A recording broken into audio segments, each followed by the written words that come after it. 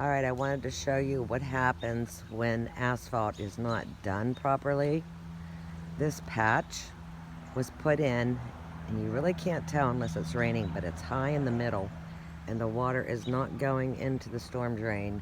And this is what's happening. It's totally destroying the road behind me, which I can't film because I want to do this up here. I told them to remove this bumper because the state put it in 3 parts and they took it out and made it solid, and I told them that the road was going to fall apart, and now the road is falling apart.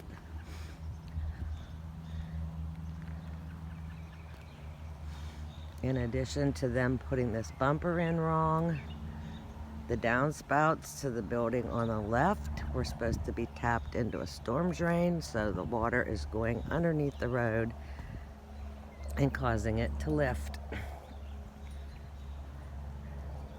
Since they did not tie in the downspouts,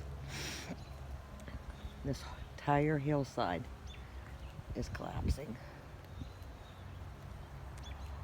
causing the damage to the below parking lot. This is why it's so important to get your water under control before you do any type of paving projects.